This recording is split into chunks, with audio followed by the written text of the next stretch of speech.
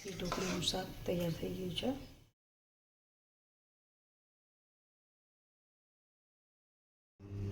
Hello, જય માતાજી. કેમ છો બધા? અત્યારે આપણે બનાવવાનું છે ઢોકળીનું શાક.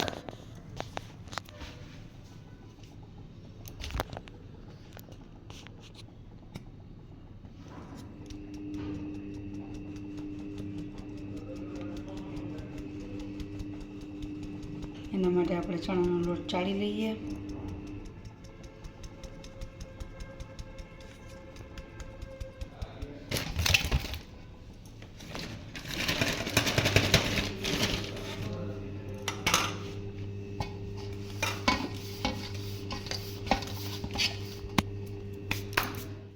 ઢોકળી માટે આપણે તેલ મૂકી દઈએ, 1 થી 1.5 પાવડું. અને આની તપેલીમાં આપણે ઢોકળી બનાવી લઈશું.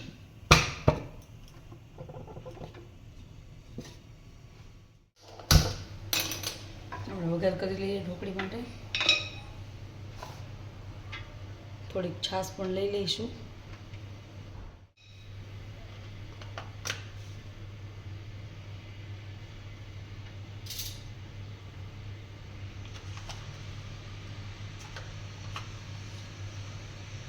ઢોકળી માટે આપણે નાખી દઈશું. તેલ આવી ગયું છે એમાં રાઈ,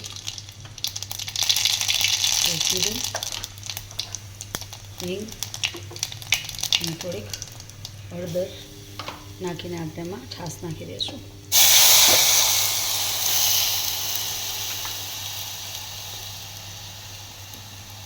નાખી દઈશું ઉપરથી થોડુંક લાલ મરચું, થોડુંક તેલ.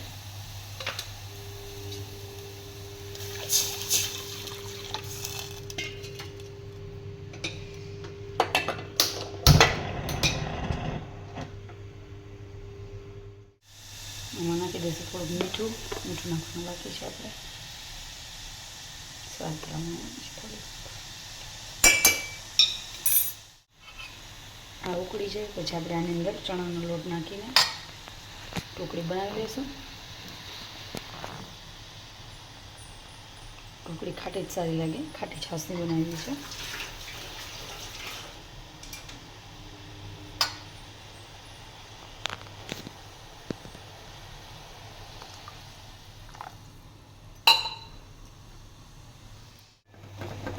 આંધણ જેવું છે એ ઉકળી ગયું છે. આપણે અંદર લોટ નાખી દઈશું. ચણાનો ચાળીને રાખ્યો છે. ચાળીને રાખીને તો એના અંદર ઓલા ગાંઠા ન થાય. થોડું પડશે એ પ્રમાણે આપણે નાખતા જઈશું. બધાને એમ પણ આ ઢોકળી ખાવામાં ભાવે છે. એમ પણ તમે વધારે બનાવી હોય તો શાક સિવાય પણ તમે વધારે ખાવા માટે બનાવી શકો. થોડુંમાં આપણે તેલ નાખીને એમાં તેલ લગાવી દઈશું. ઢોકળીમાં બનાવવાની છે એટલે અને પાથરી દઈશું. જે ઢોકળીનો લોટ છે એ તેલ લગાવીને એટલે ચોટે નહીં. આમાં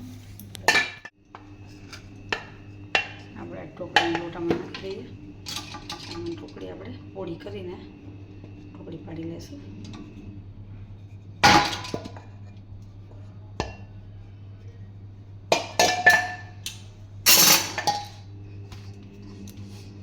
ગરમ બહુ છે.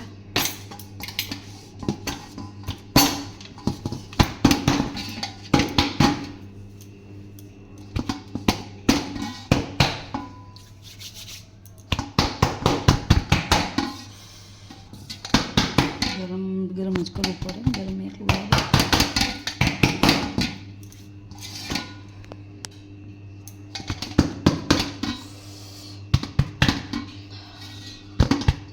હાથ દાજી જાય એમ ઢોકળી વધારે રાહ જોઈએ તો થઈ જાય ઠંડુ એકદમ, તો ન પડે પછી.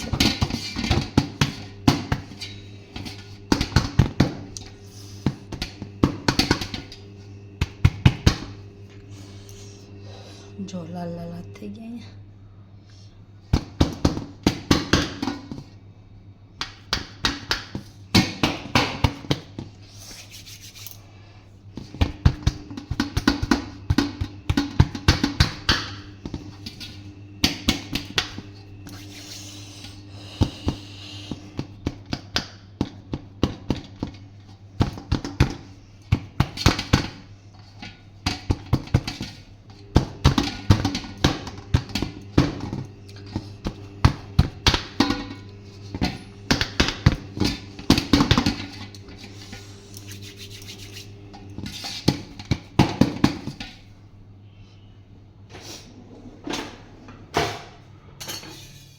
બની ગઈ છે. હવે આપણે આને કટ કરી લઈશું.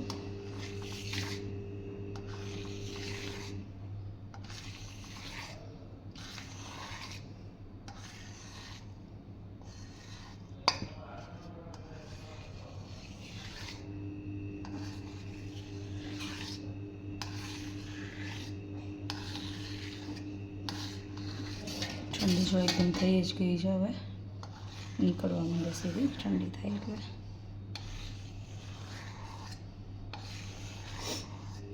જેવડા કટકા રાખવા એ રીતે તમે કટ કરી શકો આમાં.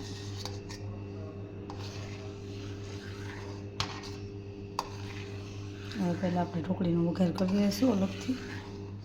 આ સાઈડમાં રાખી દઈશું. ઢોકળી જ પહેલાં કરવાની હોય એટલે.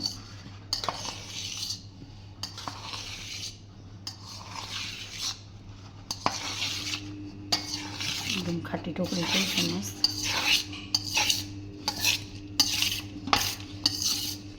આવડી ઢોકળી થઈ ગઈ છે, જોઈ શકો છો ઓલરેડી.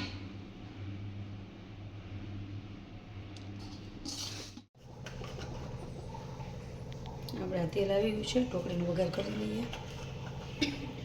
એમાં નાખશું આપણે થોડી રાઈ, જીરું, હિંગ, થોડાક લીંડાના નાખી દઈશું દહીં.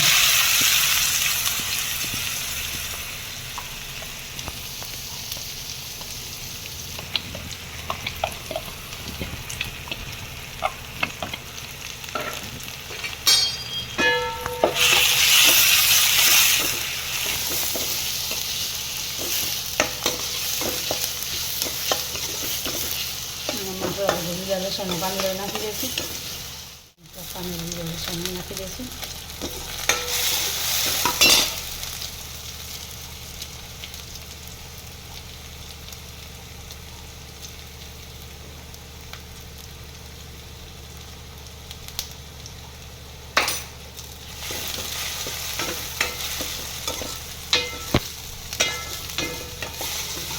આની અંદર આપણે મીઠું નાખી દઈશું.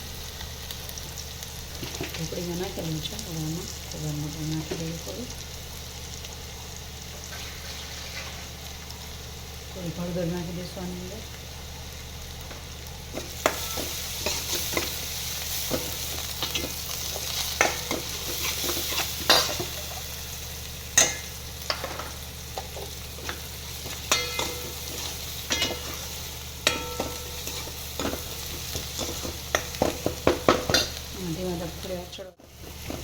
આપણી ડુંગળી છે એ ચડી ગઈ છે, બ્રાઉન થઈ ગઈ છે. આની અંદર આપણે લીલું લાલ મરચું નાખી દઈશું ટેસ્ટ પ્રમાણે.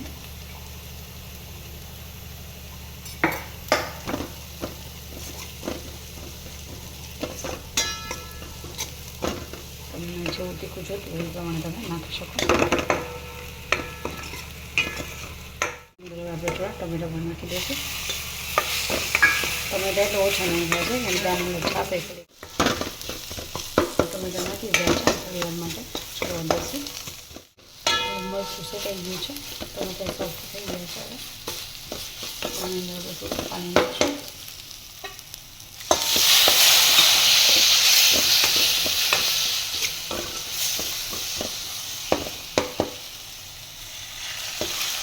થોડીક ખાટો રસો કરવો હોય તો થોડીક ખાટી છાશ નાખવાની, નકર પાણીનો રસો કરવાનો. ટમેટો આપણે થોડુંક જ નાખ્યું છે, કેમ કે થોડીક છાશ પણ નાખવાની છે. અને જે આપણે ઢોકળી કેવી હતી તપેલીમાં, જે નીચે થોડોક લોટ હોય તો એમાં પાણી નાખીને આપણે ગરમ કરી લીધું છે. હવે આપણે આની અંદર નાખી દઈશું.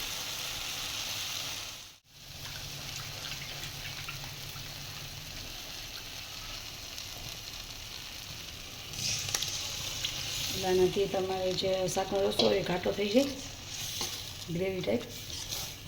એટલે આપણે આને થોડીક વાર હવે આને ગરમ થઈ જાય થોડુંક ત્યાં સુધી થોડુંક પાણી નાખીને રાખી દઈશું, ઉકળવા દઈશું થોડીક વાર.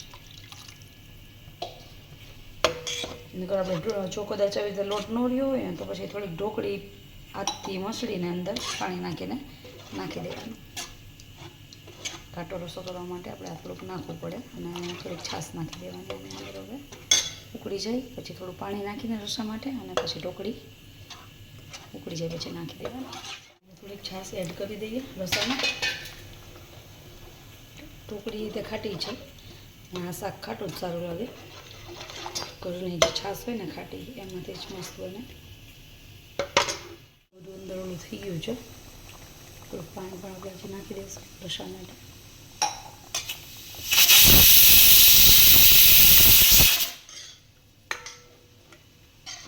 ઉકળી જાય પછી આની અંદર ઢોકળી એડ કરી. આપણું ઢોકળીનું શાક ઉકળી ગયું છે, આપણે આની અંદર હવે ઢોકળી એડ કરી દઈશું.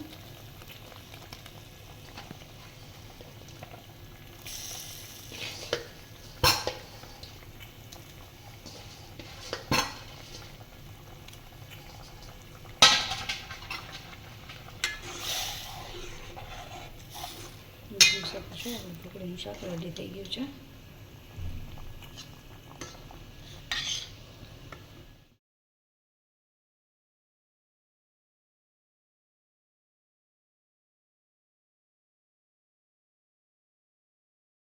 આપણે ઉપરથી હવે કોથમરી નાખી દઈએ.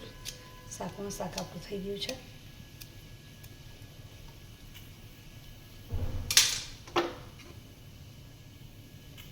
જોઈ શકો છો દેશી ઢોકળીનું શાક તૈયાર થઈ ગયું છે. ચલો.